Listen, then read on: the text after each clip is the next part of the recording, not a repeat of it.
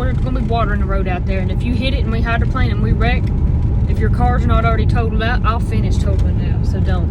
I'm not gonna wreck. Just joking. Fun. So the do's and the don'ts of musician life. So honestly, there's so much on this that this video could be Days long. We have definitely learned a lot in our years of musicianship, for sure. So we thought it'd be fun to share some stuff. So do you want to start, Katie?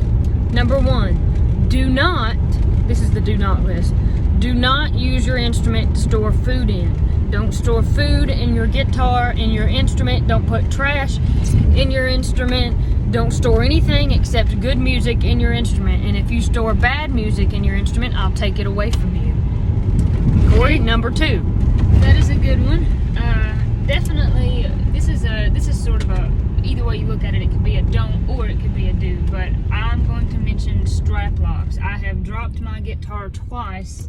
And was fortunate that it didn't get that badly damaged both times, but it's because I did not have strap locks. And most straps that you buy will have basically a slit this big for the little thing on the guitar, for the hardware this small, which, as you can see, that leaves a lot of room for it to come out. So invest in some strap locks if you don't want to break your instrument. What she's trying to say is the screw hole, the depth of the screw hole for the little knobs that the strap goes on. Well, it's not the depth, it's like just the radius. Oh, the diameter. The diameter of it. Thank you. It's much smaller than most of the slits in the guitar straps are, and so you move wrong, boom, it comes off. Slit comes off your little knob, and then you're in trouble. Yeah. Okay. So don't be like me and wait 10 years until you drop your guitar twice and almost break it to get strap locks. Invest in them now. Do get them. Okay. Number 3 is, this is just a technical thing and it's true. Instruments do not like temperature changes, and they don't like rapid temperature changes. So here's the deal. If you accidentally leave your guitar in your car all night and it's cold out there, bring it in, but don't open the case. Let it sit there. That's what I've heard. To be honest, first thing I do is open a case to be like, oh my gosh, have I damaged it? First of all, don't leave it somewhere where it's going to get really cold. But if you do bring it in, it's probably best not to open the case. Let it sit there and let the warmth from your house seep through the case. So the best thing you can do for yourself is don't ever leave your instrument somewhere unattended, of course, but don't leave it where it's going to experience extreme temperature changes. That's bad for the wood. If you leave a fiddle in a hot car, you will come back and it will be in 3 pieces, the top, the bottom, and the sides, because fiddles are put together with glue, and lots of instruments are other instruments and instrument parts are put together with glue. So do not do temperature changes. You just have to plan ahead, because sometimes we'll be places and we'll just have to bring our instrument in with us wherever we're going, and sometimes it can be a pain, but you either have to take it home or take it in, because you can't leave it in a hot car for 5 hours or a cold car for 5 hours. Do not do that. Also, I know 2 people this happened to. One, he left his guitar in his car, and it was pretty much room temperature outside. It wasn't cold, it wasn't hot, it was like 60 degrees. That's not a big deal. Yeah, that's fine. But somebody broke the window out of his truck and stole it. Yeah. I know 2 people who that's happened to. So that's another thing. Just take it with you and don't leave it. Yeah, and if you are going to leave it in your car, which it's big enough, if you have a guitar, the case is big enough to where you probably have to leave it in the trunk. There's some deer right there. But regardless, try to leave it at a side. Try to park in a place if you're going to be somewhere where you can see it. If you have any kind of qualms about where you're at, that your instrument might be stolen or unsafe, take it home. Yeah, just don't have it there. It's like I wouldn't leave my window down and my wallet out with a note on it that said there's $100 in here and expect it not to be taken. And don't do that with your instrument. Exactly. And honestly, being at least a guitar player, sometimes it is a pain to have to carry that case around. But for me personally, my rule of thumb is if I never leave it in a place where someone could take it, then it can never be Nothing stolen. can happen. So even though it's a pain, like back in the summer, we went to Western Carolina University. If you haven't seen that video, you can go back on the channel somewhere and find it. But they had a person in a room watching people's stuff, and I took my Gibson with me, my really old, nice Gibson with me, and I left it in that room for about 5 minutes to go to the bathroom. And then when I come back, I was like, it's going to be a pain to carry this around all day because it's hot.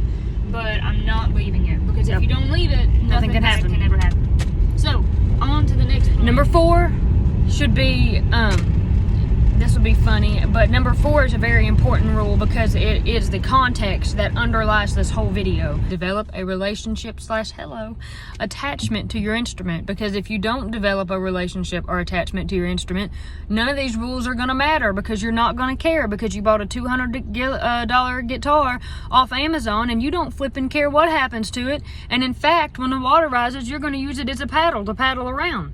So again, I believe in, if I have an instrument, it speaks to me, it talks to me. I spent a lot of time looking for it. It was probably expensive. I'm going to love it. I'm going to develop this relationship with it that I'm going to want to, like, it's my precious belonging and I would like to take care of it. So if you go ahead and look at it like that, you're more likely to take care of it and not forget things. And the other part of this number 4 rule is instrument maintenance. Do not ditch out. That's gross. Do not ditch out on the maintenance of your instrument. If it needs to be set up, if you think there's a problem, if you are not experienced in instrument repair and like an instrument tech or something, find somebody who is. Don't let your instruments go in bad disrepair. And don't play luthier if you're like us, and I can do a minimal amount. I can do a little bit, but don't play luthier and break your instrument. Take it to someone who has the skill and pay them to fix it. That's important. You will thank yourself later, but make sure that you have them set up fairly regularly. Make sure the fretboard's not dry. As far as that goes, do not leave strings on the guitar for like a year. You need to change them. Even if you don't play as much, maybe as we do, I might change my strings every 2 or 3 weeks if we're playing a lot, but don't leave strings on there forever. I mean, I could go on and on about changing strings. I have a video about it on the channel. You can go find that too. But definitely take care of your instrument. And another thing that Katie said about developing a relationship with your instruments, this could be a whole other video, but make sure that the instrument works for you. Make sure that the guitar, just for me, I'm talking about guitar because I have a guitar, but make sure that it's comfortable, that that's the instrument you like. It's okay if you just feel like you can never get used to that instrument. It's probably not the instrument for you. You need to find another one. Make sure that you feel like it fits you and fits your needs. I tell my students that I teach, when you're first beginning guitar, you want to go in the middle. You don't want to get a $2,000, $3,000, $4,000, $5,000 guitar if you're not sure that you're going to stick with it. But if you get a $200 guitar off Amazon, it's more than likely going to be super hard to play. And you're not going to want to stick with it. And you're not going to stick with it. Here's another thing. This is another don't. I feel like I've said a lot of don'ts instead of We're do. to say some do's. So I'll give you 2 parts here. Don't and do for rule number, I guess this is rule number 5.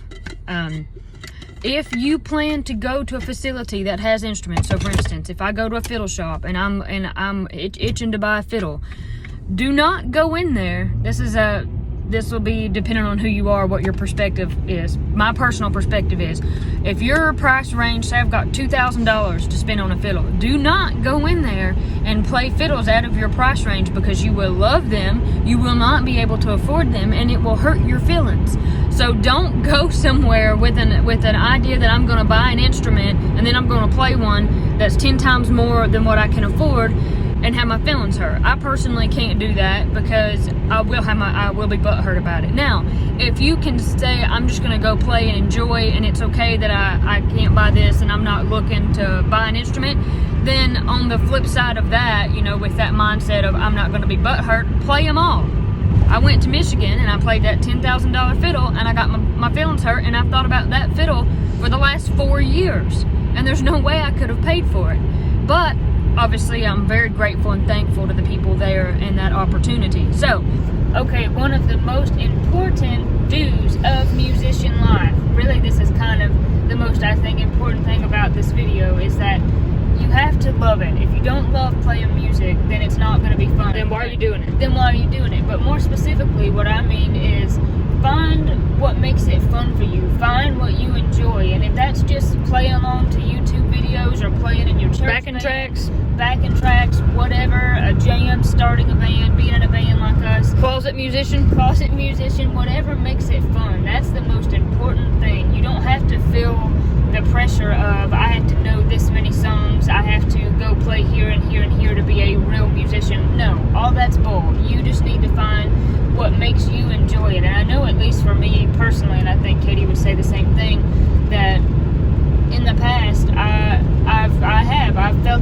pressure. I used to feel like when I was a young teen, when I first started out, that, well, if I don't wind up in Nashville someday, I won't be successful. And that's just crazy. Looking back now, that's wild. You know, we're definitely not Nashville musicians. We're not super famous. We're not any of that. But we get to play music with our friends and with our family. And we've had such a rich life because of that, because we've met so many wonderful people. And now, to think that we get to basically partially play music for a living, doing gigs and YouTube, I mean, it's awesome. So there's so many different ways that you can take it, and it doesn't have to be just, I have to make all my income playing gigs, or that you have to make any income playing gigs. Music is just for fun. If it's not fun, Don't do it. then you're not doing it right. That, honestly, I think is the most important thing about this video.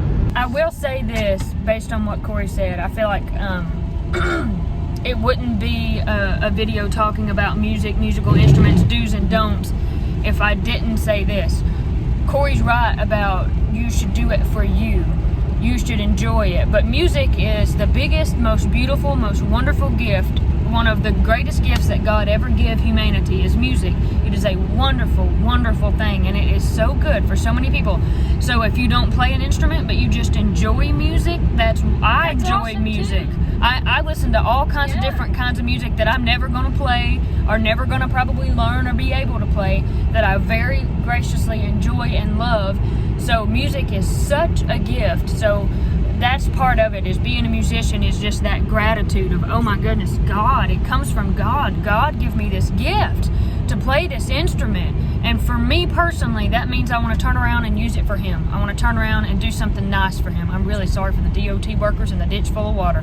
Did you bring oh, he did bring his waders. Good for you. Okay.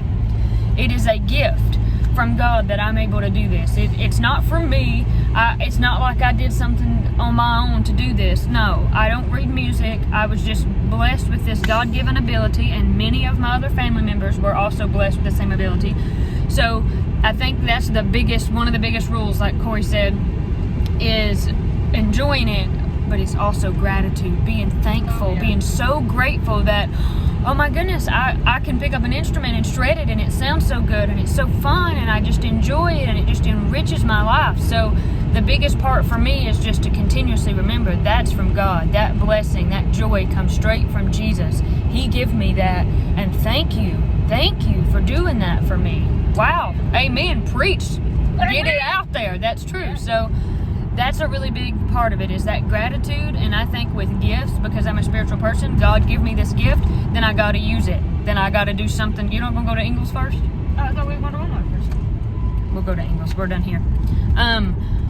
God give me this gift, and when God gives a gift like that, I feel like He wants you to use it for good. So it's kind of the double-edged sword of, like, I got to use it for good, and sometimes playing music in front of people makes me nervous, but I know I got to do it because God wants me to do it. And let me tell you something, you don't listen to the big man, He will come get you. So Yeah. that's how I think about it. That's really good, but I agree. Other dues of musician life that I would say, just kind of on the more technical side, is invest in a good tuner. Get yourself, whether that's more like a chromatic tuner that doesn't attach to the guitar neck like mine is, or one of the little snarks. What are they called? Is that Those are right? just like clip-on tuners. Invest in a good tuner, and you won't be sorry. No, you won't be sorry. That's really important and really helpful. And also, I don't know where I want to put. And strings and picks and clamps, and just now, if that's just for guitar, but if you play the fiddle, bows, rosin, whatever it is, other things that go along with the instrument, invest in good ones if you can, but also try out different stuff to find out what you like. Try out different picks, different strings, different rosins, different bows, whatever it is, just try different stuff to find out what you like, because sometimes you don't even really realize that you dislike what you have until you kind of get another pick and you're like, wait a second, this is way better. So I think it's good to try different things. And last but not least, there's one more thing, and this is a big do. This is the biggest do. This is the biggest do of all of them. Share your knowledge and your skills and all the things that you know as a musician. Find another musician, course, they have to be receptive. Find another musician and share it with them. Don't be the musicians who are snotty and keep those special tricks to themselves. Always share. Take someone under your wing and say, can I help you? Can I show you this? Can I show you that? And I guarantee you, just because they're a big beginner doesn't mean they won't have something to show to you. Oh, yeah. So definitely do that, because you were a beginner once too. I was a beginner, and it really meant a lot to me, the people who took me under their wing. And the best way I can repay those people is turn around and do it for somebody else. So don't hide the secrets. Please share with Katie. Don't hide the tricks. Comment below if you have music tricks, and comment below and let us know if you're a musician, even if you're not, you know, what you think of the video, or if you are a musician, the do's and don'ts of musician life. Kind of according to you, and thank you for watching these videos. Comment below other topics you'd like to see us talk about in these Driving in the South videos. If you're not sick of hearing my dang head rattle, tag on. They're probably sick of hearing me too, but they must not be, because these are the most watched videos and everybody keeps coming back, so we really appreciate that. We do. Sorry, have you been drinking and driving? I'm joking. Okay, I guess we should end the video and go in the grocery. Yeah, I gotta go in here and get some more pears, because I live on pears and cheese. Bye! God bless you guys. We'll catch you at the next video.